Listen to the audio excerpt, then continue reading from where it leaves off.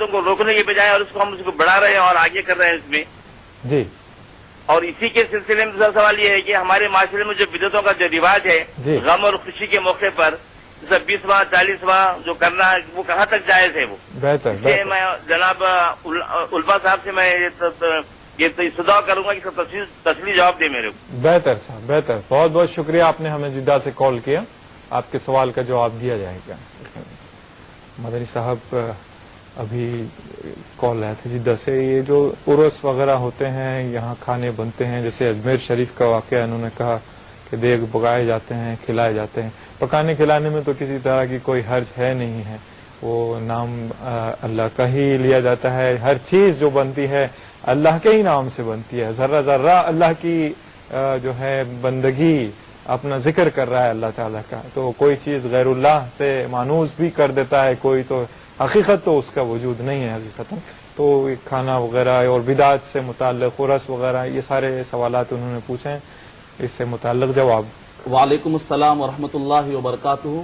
اللہ سبحانہ و تعالیٰ آپ کے توحید کے جذبے کو بڑھائے اور اسی طریقے سے شرک اور بدعت کے بارے میں آپ کے اندر جو جذبہ پایا جاتا ہے اس کی جو مخالفت پائی جاتی ہے اللہ سبحانہ و تعالیٰ ہر مسلمان کے اندر اس کو تازہ کرے تاکہ لوگوں کو شرک سمجھ میں آئے, تاکہ لوگوں کو بدعت سمجھ میں آئے. تو جنرل میں آپ کو اصول بتاتا ہوں, آپ خود سمجھدار ہیں سمجھ سکتے ہیں. جہاں کہیں بھی شرک پایا جائے چاہے وہ مسلم ہو چاہے غیر مسلم ہو وہ کھانا آپ نہیں کھا سکتے.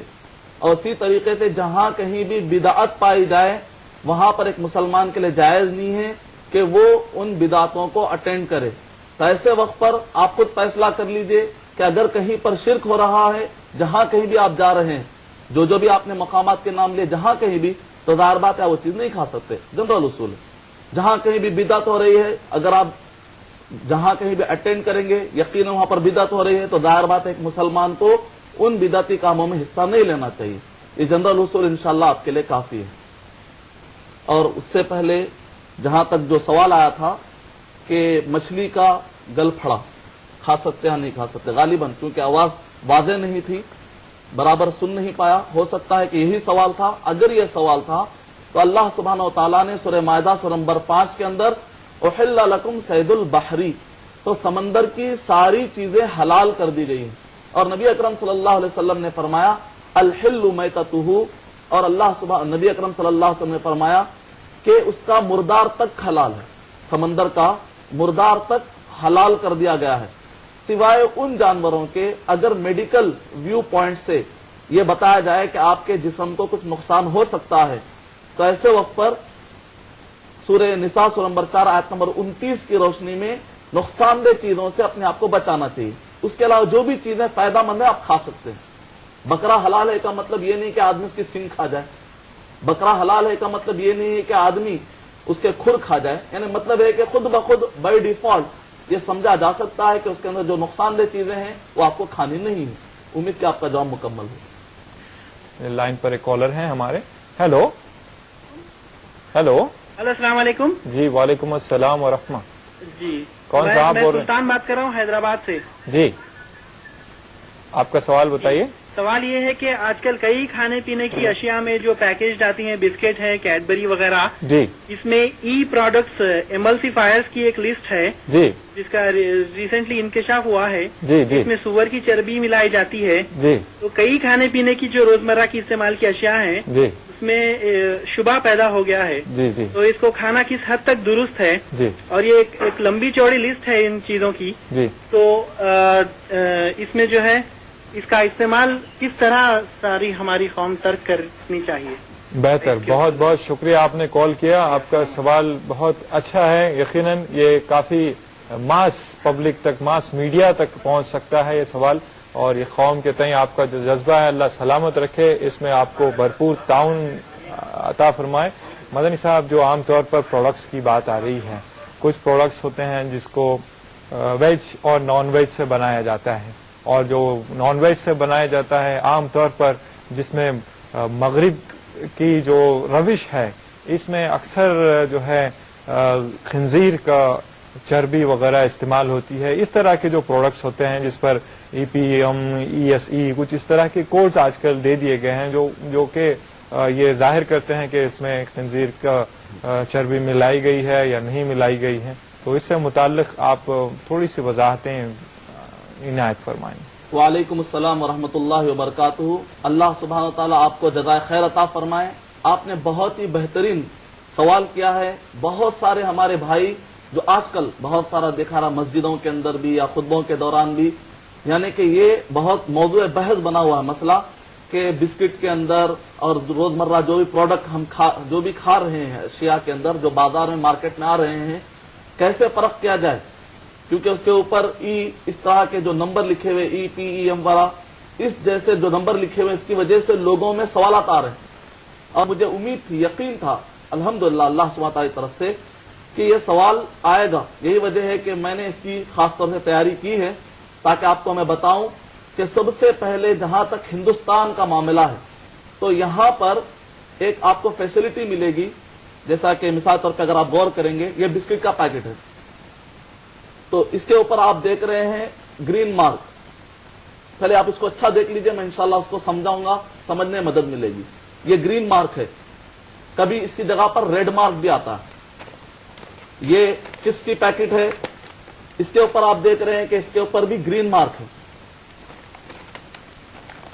और इसी तरीके से आमतौर पर टेस्टिंग पाउडर, अजीना मोटो के बारे में बहुत ज्यादा सवाल आते हैं। कई मरतबा मैंने सुना है कि बाद हजरात ने कह दिया कि बिरयानी नहीं खानी चाहिए होटल में, या food item Chinese food noodles वगैरह नहीं खाना चाहिए। क्यों? उसके लिए कि उसके अंदर अजीना मोटो पाया जाता है। हालांकि अगर आप इसमें भी देखेंगे ग्रीन मार्क पाया जा रहा है। तो ये जो ग्रीन मार्क है, आप इसको पहले अच्छी तरह से गौर से देखें, इसके बाद मैं आपको समझाऊंगा। ये हिंदुस्तान गवर्नमेंट की जानिब से एक बेहतरीन पहल और बेहतरीन सुविधा कि उसने एक बेहतरीन एक कदम उठाया है। जैसा कि मैंने इंटरनेट से ये अगर आप देखेंगे एज मार्क, ये डिपार्टमेंट है जिसके अंदर पूरे फॉर्म भरे जाते हैं गवर्नमेंट की जानिब से। जितने प्रोडक्ट वाले जो कोई भी बनाते हैं या मार्केटिंग करते हैं, उन सबको फाइल की शक्ल में पहले सबमिट करना चाहते हैं। फाइल की शक्ल में उनको सबमिट करना पड़ेगा कि वो लोग प्रोडक्ट में क्या इंग्रेडिएंट्स मिला रहे हैं, क्या चीजें मिलाई जा रही हैं, क्या मादे मिलाए जा रहे हैं, पहले पेश करना जरूरी होगा। तब जाकर सर्टिफिकेट दी जाती है कि इसके अंदर हरे का मतलब होता है, हरे रंग का मतलब होता है कि इसके अंदर गोश्त का कोई भी हिस्सा नहीं है, ना मछली का, ना मुर्गी का, ना किसी भी जानवर का कोई भी हिस्सा नहीं है। ये चूंकि अहम मसला है, मैं थोड़ा तफसील से बताना चाहता हूं क्योंकि बहुत अहम मसला है। तो इसके अंदर गोश्त का कोई भी हिस्सा नहीं होता। ग्रीन मार्क का मतलब ये होता है। तो ऐसे वक्त पर जब भी आप दुकान जाएं तो ऐसे वक्त पर चॉकलेट, हर चीज के अंदर गवर्नमेंट की तरफ से जरूरी है कि जो लोग भी कोई भी चीज मार्केट में लाए तो उसके ऊपर ये मार्क रहेगा। कभी बाद वक्त आपको छोटे छोटे चॉकलेट्स पर हो सकता है कि ना मिले, वैसे छोटे चॉकलेट्स पर भी आ रहा है मार्क। कभी ना मिले तो ऐसे वक्त पर जो उसका मेन डब्बा होता है उसके ऊपर आपको मिल जाएगा। अगर लाल रंग आए तो आप उसको नहीं ले सकते। और जहां तक अजीना मोटो का सवाल है, तो सबसे पहले तो ये चाइना में बनता था, उसके अंदर यकीनन पोर्क, सुअर की चर्बी पाई जाती है। लेकिन हिंदुस्तान में जो अजीना मोटो तैयार होता है, ये एग्रीकल्चर यानी कि ज़राअत से, खेती से तैयार किया जाता है और वेजिटेबल से, इससे तैयार किया जाता है, वेज से। उसके अंदर गोश्त का कोई भी हिस्सा नहीं होता। अलबत्ता ये जरूर कहा जाएगा कि अजीना मोटो आम नमक के मुकाबले में इंसान के लिए नुकसानदेह हो सकता है। इस वजह से ये नसीहत शरई तौर से की जाएगी कि इसको ज्यादा यूज ना किया जाए ताकि आपकी सेहत को नुकसान ना हो। तो ये अहम बात है। अलबत्ता एक सवाल आएगा, चलो हिंदुस्तान के हद तक तो अल्हम्दुलिल्लाह ये बात वाज़ेह हो गई कि यहाँ पर लाल और हरे रंग के जरिए से हम फर्क कर सकते हैं। अब आप ये नंबरों पर मत जाइए, ई वगैरह जो नंबर होते हैं, दरअसल बाज़ हज़रात जो जापान में या फ्रांस में रहते हैं, उन्होंने मेल के जरिए से, चूंकि वहां पर इन नंबरों का मतलब होता है कि खिंजीर की चर्बी, तो उन्होंने मेल करके हिंदुस्तान वालों को भेजा। और यहाँ के लोग वो नंबरों को जब टैली करते हैं तो बराबर नजर आते हैं। नतीजे में यहाँ के लोग शक पड़ रहे, जबकि यहाँ पर नंबरों का कुछ और ही मतलब है। यहाँ पर वो नंबरों का ये मतलब है ही नहीं। और जहां तक मसला है कि ठीक है, अमेरिका वाले जो अमेरिका में रहते हैं वो लोग क्या करें, हलाल और हराम में किस तरीके से फर्क करें, तो उसके लिए भी अल्हम्दुलिल्लाह इफन का नामी है। और अगर आप जाएंगे इस्लामिक फूड एंड न्यूट्रिशन, अगर आप वेबसाइट पर जाएंगे तो, और इसको राबिततुल आलम इस्लामी इस्लामिक वर्ल्ड लीग, मुस्लिम वर्ल्ड लीग के जरिए से इसको बाकायदा मुहर भी हासिल है।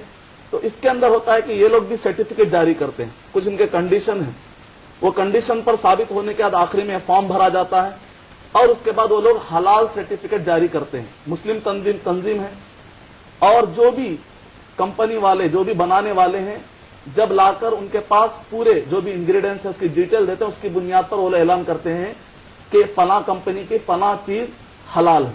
तो इस वजह से अगर आप अमेरिका में रहने वाले, कनाडा में रहने वाले इस वेबसाइट पर जाएंगे तो उनको हलाल फहरिस्त मिल जाएगी। उम्मीद कि आपका जवाब मुकम्मल हुआ। अल्लाह सुब्हानहू व तआला हमें हलाल ग़िज़ा अपनाने की तौफ़ीक़ अता फरमाए। शुक्रिया मदनी साहब। हेलो हाँ हेलो हेलो